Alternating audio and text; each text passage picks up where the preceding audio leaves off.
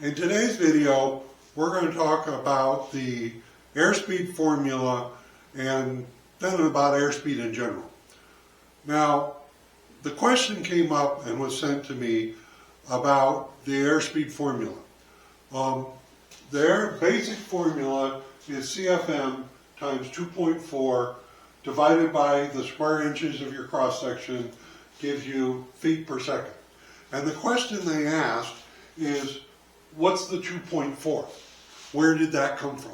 Where did that constant come from? And it's always a good idea to know what the constant is. I mean, a basic constant is just a reduced amount of math. If you're repetitively doing math, you do the section that you're always doing and try and condense it down to something else. And that's all this is. Now, this one is pretty straightforward, but basically the same idea about what we did with CFM demand. Now, with this particular formula, the real problem here is that we have various inputs and outputs that don't necessarily mesh well with each other. We have cubic feet per minute, we have a cross section in square inches, and we need an output in feet per second. Now, in general, to find airspeed, we're always talking about having the amount of airflow, CFM, okay, and the cross-sectional area. In our case, that's in square inches. Now, the problem is, this is in cubic feet, and this is in inches. And we need to be able to put those two together, and you can't just divide them in. You need to convert one to the other. Now, the fastest way is to convert the cubic feet per minute into cubic inches per minute. Now, on a cube with a side of a foot, that's 12 inches.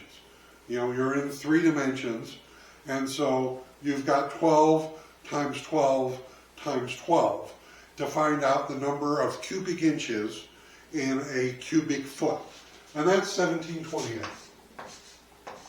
Okay? That's how many cubic inches in a cubic foot. Now remember, our output is in feet per second. That's what we're shooting for. So this gets us from cubic feet to cubic inches, and that's what that's about. Now down here we're in square inches. Now that we're in cubic inches, that can be divided in. But we need to be in feet per second, and we're in cubic feet per minute. So to fix that, we need to divide this by 60. There is 60 seconds in a minute. So that changes us from a minute to seconds, which is what we need over here. Now, we are in cubic inches, and this is in feet. And so we've got to convert what we have to feet from inches, because I've put it all in inches, and now we have to go into feet. And so that's pretty straightforward, because we just divide it by 12. Remember, this is division. And that gets us from inches to feet. So this number just comes from a reduction of the part you normally use. Now 60 times 12 is pretty straightforward. That's 720, okay? That's just those two numbers multiplied together. Then we divide that into 1728, and that gives us the 2.4, okay? So all this has done is get us from cubic feet and square inches into feet per second. It's just to convert what the numbers are into what we need in a number. And that's all this is. And then it's reduced down to something simple that you can use. Now, that makes this formula fairly straightforward to use, but let's talk about where you're using it. This is really about the flow bench. This is steady state conversion. This is not about what the engine actually sees in a airspeed. If you were to take some basic numbers like we did for the 355 we've been designing in the last couple videos, well, you'll find out that basically using our formula up there for CFM demand, you come out to 265 feet per second.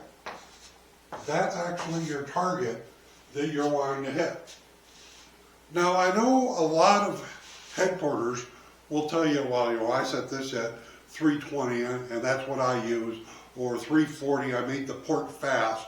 Well, they don't control how fast the port is. This is the target.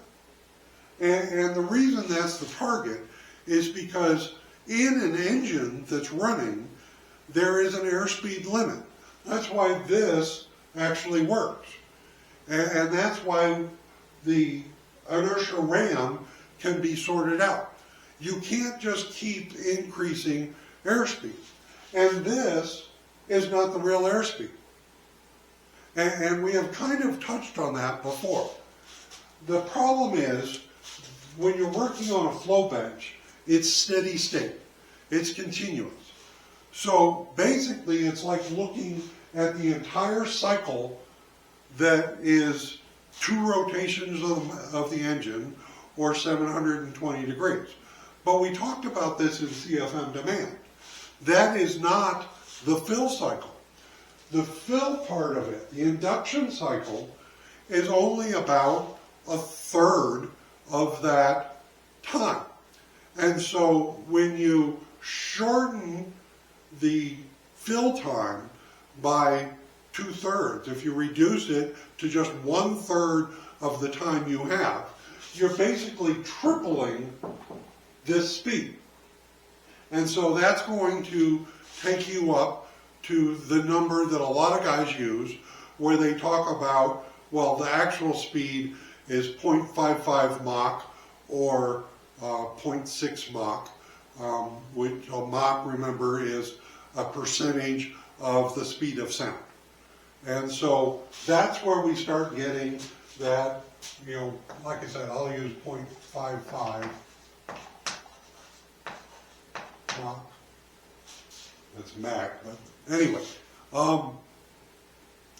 So that is where that number comes from. That's why people will tell you, well, that's the real number. But that's not accurate either. In an induction cycle, you are not instantly open and flowing air and instantly shut and stopping the flow. And that's the time they have based it on. But in that time, that curve, remember, is a camshaft. It starts to open, it goes fully open, and then it goes shut.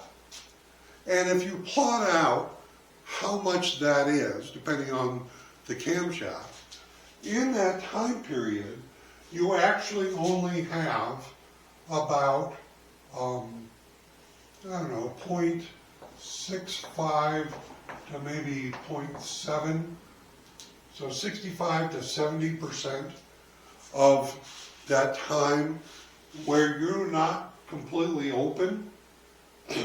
And so that affects this. That increases the airspeed, because remember, you are still moving the same amount of air. So now you're even going faster than Mach 5.5, because in that time, it's not full flow.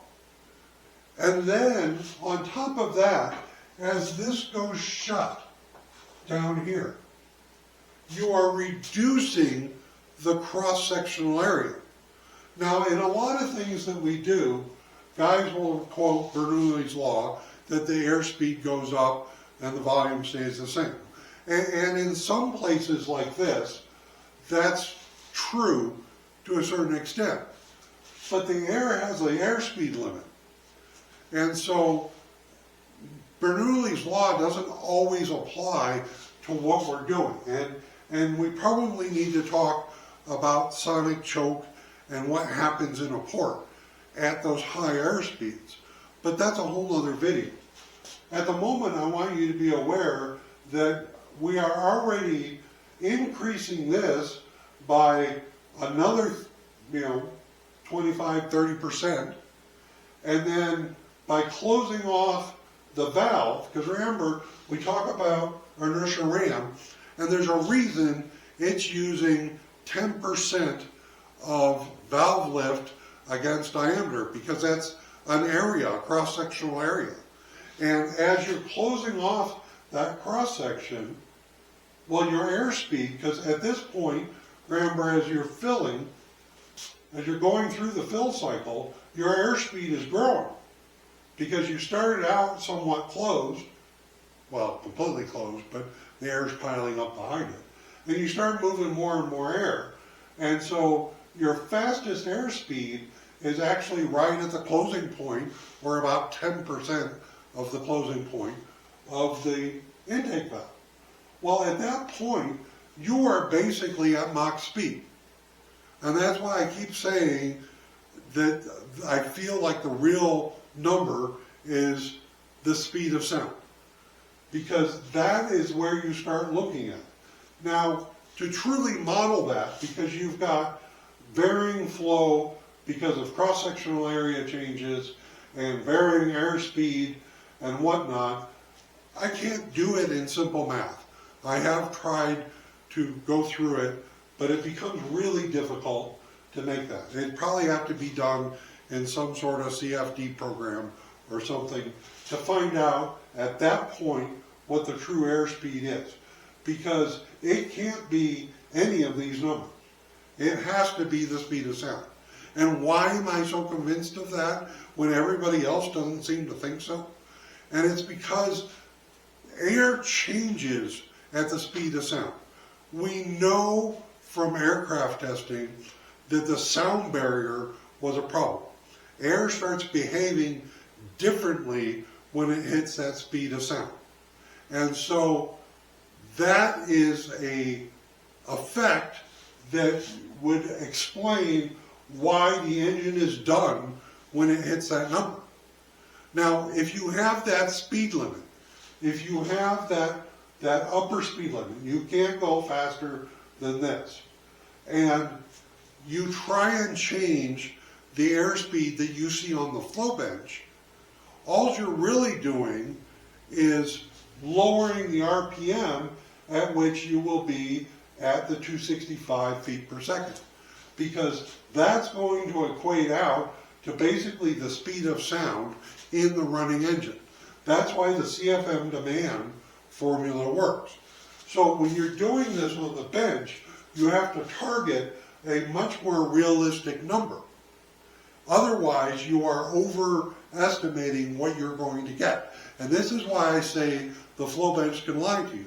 Because you can get 320, 340 feet per second on a flow bench. Some of the bigger benches, maybe even a little more. But that is going to lie to you because you're going to hit your maximum airspeed before you get to that, like you saw it on the flow bench. So you have to target a lower number than what most people are telling you. That's where looking at what the engine makes from airflow has shown me, as opposed to going by the airflow from the flow bench, because I quickly learned using a flow bench that, hey, I'm not living up to what this is. Where am I losing it? And that's when I realized that with inertial ram, it says we have a speed limit. With that speed limit, we have to be careful because we can exceed it because we are not at it. We are way down on the airspeed that the engine actually sees on the flow bench. It's just a test. And so you have to target a much lower airspeed than you might think. And you have to pay attention to that.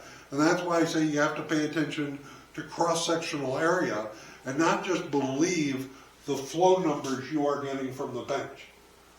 And so this is really about working with the flow bench. You target a lower number, you look at what you do. That's why I use the minimal cross-sectional area as opposed to the average. Because again, you have that speed limit. And the minimum cross-sectional area is going to see that speed limit first. And so that's why you can target this. This also explains why a lot of guys will tell you, well, if you open up the cross-sectional area, you can increase the RPM. Well, that's because they're working at 320 and they have a cross-sectional area problem. So it's not really flowing what they think it flows on a running engine. By opening up that cross-section, they lower the feet per second and they actually make use of more air. You wind up with more CFM in the running engine, and with our CFM demand formula, you realize that's what raises the RPM. And so they're actually compensating. They'll also tell you, well, if you close that down, you'll get more hit. Well, yes, you are reducing the CFM, so you're reducing the RPM, and you are getting a higher airspeed down here. And that may be more because they don't have the intake runner length correct, or the cross-section in the intake, so the intake's not helping them down here like they should. In fact, I had a pretty big builder guy contact me the other day and say, look, your whole thing is wrong because I can reduce the camshaft by 10 degrees at the closing point. I can take 10 degrees out of the closing point of the camshaft. Sorry, wrong diagram. I can take 10 degrees out of the closing of the camshaft and make more power. Well, that means his airspeed is off. What he's doing is he doesn't have enough airspeed to support the inertia ramp. Instead of fixing the airspeed problem he has, which is probably in the intake, instead he closed the valve earlier so that it could deal with what airspeed he did have, and that cost him power up here at peak. If he had fixed the airspeed, he could have kept that later closing, and he could have gained more horsepower. And by not understanding how all that goes, he was compensating technically the wrong way. Now, if they have a required intake or they have certain things they have to run and they can't fix the airspeed, well, then he is correct. I mean, changing the closing point so you can deal with the airspeed you have will help, especially down here. If you're really struggling down here, like I said, you've got to worry about pulse back and whatnot on this closing point. That's why you don't want to necessarily be working way up in the Z's. That's why I tell people to try and stay, if you're working on a regular engine, below a Z01, because it's a lot more straightforward. As you start trying to fill the cylinder 10% over, 20% over, 30% over, then your airspeed becomes more demanding, and you have to get things correct in order for it to do well with that closing point. Okay? And so that's kind of airspeed in a nutshell, and the basic formula that most head porters use. And I hope that answered the question for the guy asking about the 2.4. I'm sure not too many of you care about that. But the rest about the airspeed, you really need to take to heart. This is why, you will hear the most important thing is airspeed, airspeed, airspeed. Is because it really needs to be correct for what you're trying to do. And a lot of what we're taught is actually not correct. If you target a much higher airspeed on the flow bench, you'll see flow numbers, but it will not be properly supported on the engine. You start narrowing up this power band, you start not doing as well down here. You got to start being more careful about how much cam you're running because you don't have the airspeed to support it. And you got to think about what you're doing. And that's why I like to look at what I'm doing on a flow bench and see about where I'm at. because if I know the cross-sectional area, if I know the minimum cross-sectional area, I know what the flow bench is giving me, I know what target I need to hit, I know where I'm at. And you can actually mess with the lift a little bit on the flow bench and see about what CFM is going to target you at that number, and that will equate out better to what the engine's doing. And so you need to understand enough of this to make good use of that flow bench. And again, you can see why a lot of guys strictly work on cross-sectional area. Even if they had a flow bench, they start to realize that it becomes important to get the cross-sectional area right, to get the airspeed right, because we have an airspeed limit. You can't go higher than the speed of sound, and basically that's where the engine's peaking. If you drive up the airspeed on the flow bench, what you're going to find is it's going to reduce the airflow at that speed of sound. You will not live up to the CFM you see. If you watch your feet per second, then it will start behaving properly. If you have to adjust that cross-section in order to speed up the port, is what a porter will tell you. Well, what they're really doing is reducing the airflow in order to increase the airspeed to get it to behave itself in the engine. And technically that will work, but if you are working on trying to make the most horsepower, you're really best off sizing everything correctly so it's all working together. So that's basic airspeed, and that's the airspeed formula. CFM times 2.4. I suggest you use minimal cross-sectional area. That'll give you feet per second, and try and target around 265. And that'll give you your best results. And then if you pay attention to cam, you don't make a mistake on the intake, it will behave itself well. Otherwise, you are just correcting what the head's doing to correct for other mistakes in the engine. So that's kind of how it goes. I hope that makes sense. We probably need to talk about sonic choke. That's another video. Let me know what you think in the comments. I've gotten a lot of good comments. I do try and respond to them as best I can, but there's a lot going on. So that's Airspeed, and I wish you luck on all your projects as usual, and we'll talk to you on the next video. Bye.